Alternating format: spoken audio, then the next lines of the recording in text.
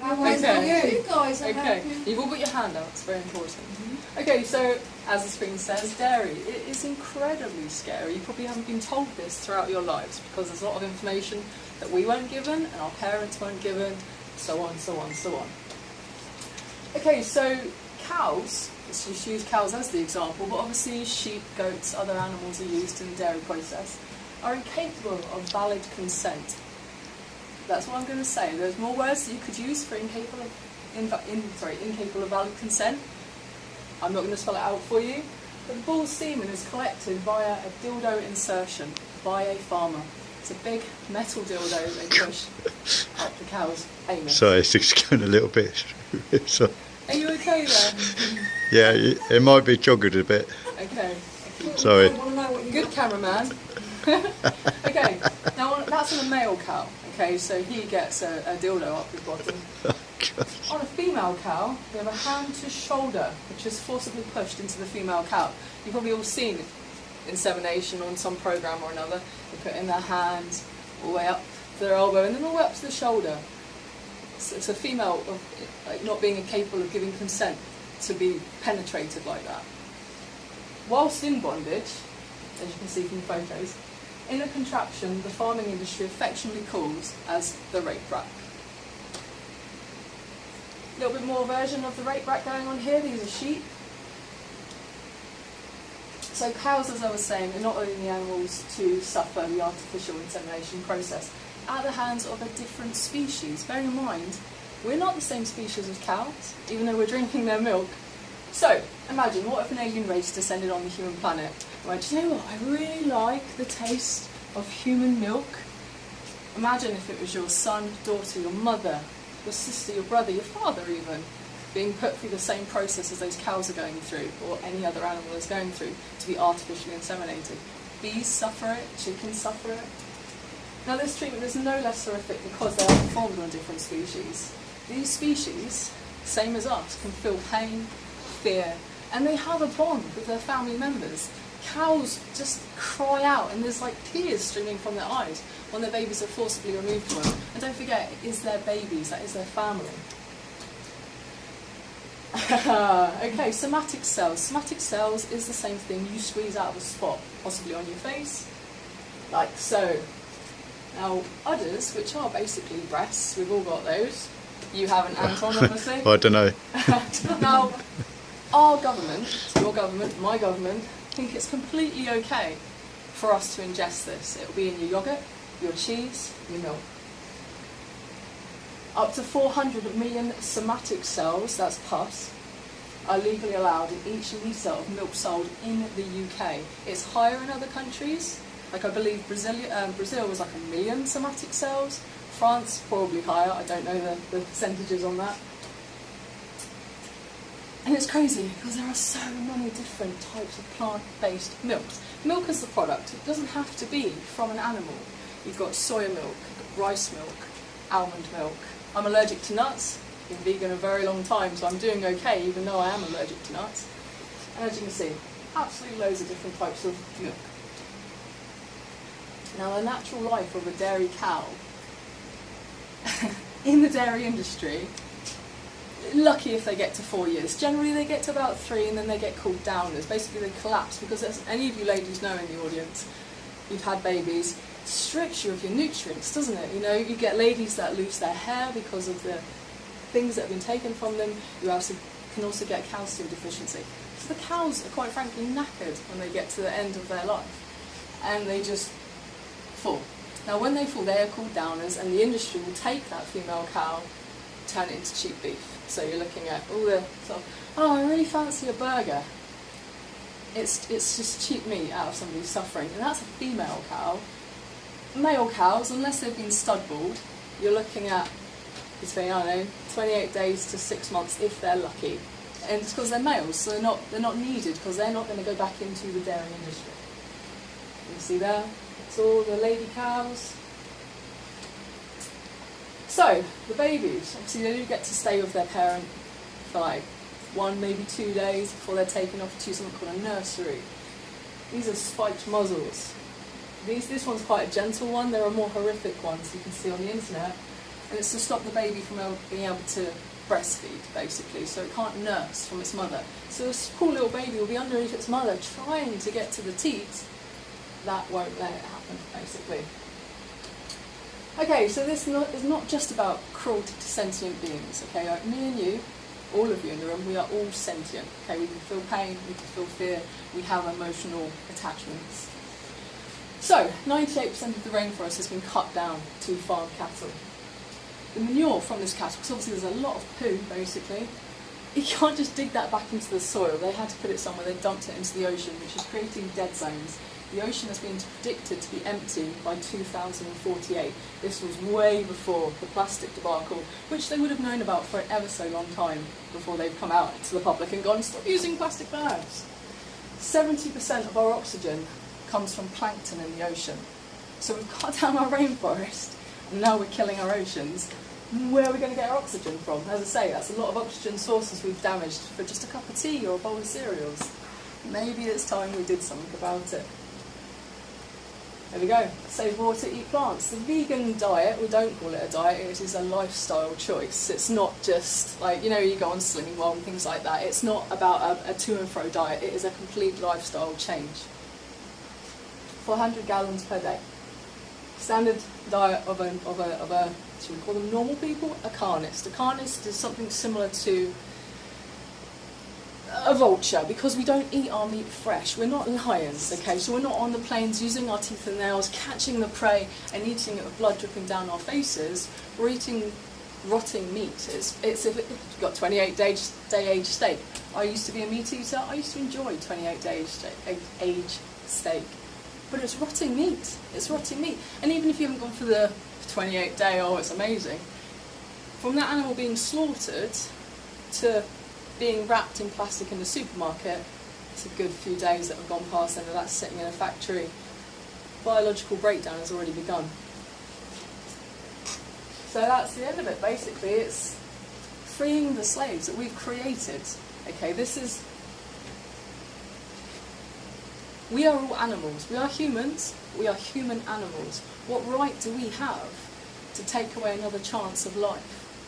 What right? Why am I so important that I can pay for another sentient being to be murdered just because I fancied a burger or a glass of milk or a bowl of cereals? It just, to me personally, it seems absolutely insane. Thank you for listening. Right, questions? Anyone got any questions? Plural of sheep is sheep. I don't know. Not sheeps. Sheeps. I thought it was in sheeps. Sheeps. So there might be a correction to the side. It does. Did I write sheeps on there? Did I? Okay, plural of sheeps. Sheeps. Just sheep, I've just created a new word. not ships. Ships. Sheps. Ships. Ships. Very persuasive, I thought. Enjoy your I yogurts just later. visited a dairy farm with the children. Yeah, from I bet you school did. this week in Yeah. Haven, yeah. So does that happen in a dairy farm? Yes. There's something called glass walls. It's a fantastic site. It's on the internet. Because slaughterhouses don't have glass walls, do they? They want to see... Anyone seen the Laughing Cow logo? Yes. Do you think any of those cows are laughing? Like, oh, I'm having such a great time. And cows don't produce milk unless they're pregnant. So the moment they have that baby, they're inseminated again. Then they have, and it takes 9 months. No, that's not strictly true. They No, have there's one baby and then they are constantly milked. Yes. They don't Yeah. keep reproducing. That's what they said in They the... inseminate them again. They No, do. They inseminate them Sorry, again. Jodie, that doesn't happen. It does. It does, which is why I'm so passionate I'll about leave it, this. but I'll just I thought you leave it. can constantly produce milk though after. Yes, because once No, Even it human- depends if you well, have when a I baby. You stopped have a baby breastfeeding to for 6 start months, they producing. said that I Keep could start producing pumping milk. again. You Yeah, can- and that was once after you've 6 had a- months of Once you've stopping given breastfeeding. birth, you can continue. Yeah, to like if I produce wanted to milk. start now, if But I as soon pumped as you for 2 stop- months, Okay, no. so who in the room was told that you have to milk a cow because they will produce milk, whether they've had a baby or not? Say that again. When you were growing up, did your parents say to you, you need to milk the cows have to be milked? Yeah. It's not true. But then they will stop producing milk. Yeah, which is great. Because we're a different But species. that's your aim, isn't it? Is to Yeah. stop them producing milk. to be used the aim for, is to stop get them everybody on a not level being playing used field. to- yeah. If we all, okay, take away everybody's beliefs, no matter what you believe, whatever religion or whatever spirituality you have, imagine for a moment we all have one chance at life. Say the game of life. We all have one chance. Do you not think it's a little bit fair that we've stopped them from having their go?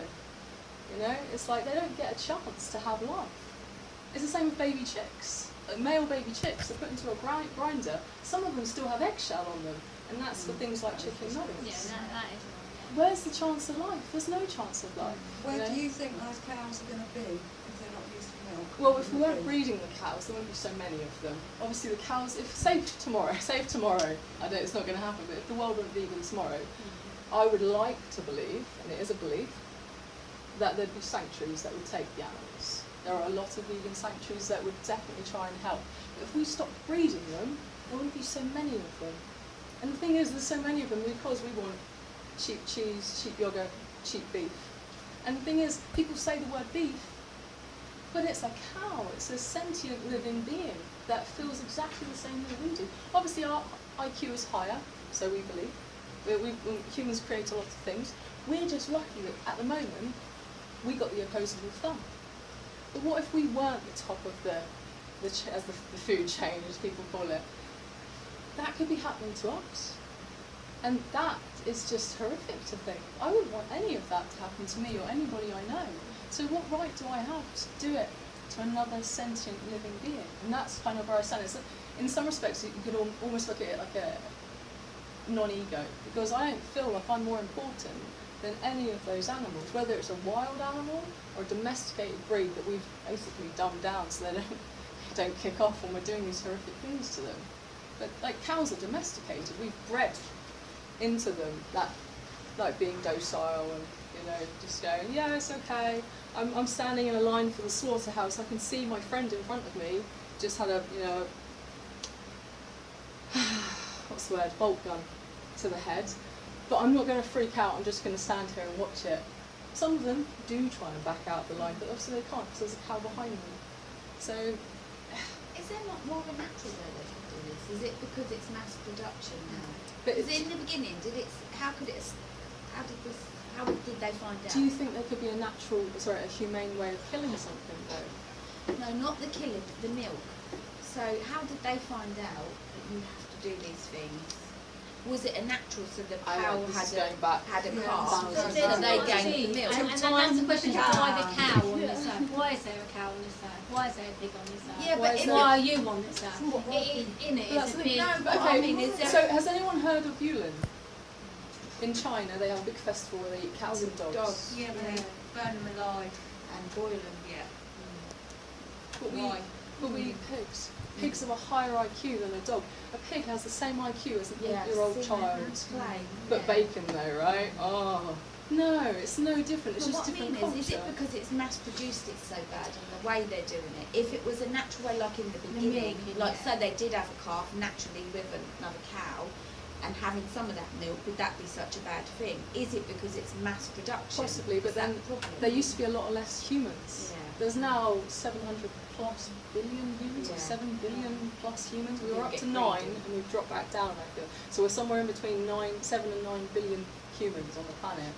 There is just not enough space on this world for us to grass feed cattle and to let them all have open space. It's the same. Take a lot of space, don't they? Right, honestly, to grass feed a cattle, you would have to let everything on the planet turn into meadows. And it's the same with chickens. They can say that a chicken is free range. It just means they've been kept in a shed without sunlight rather than a cage. And they can market that as free range.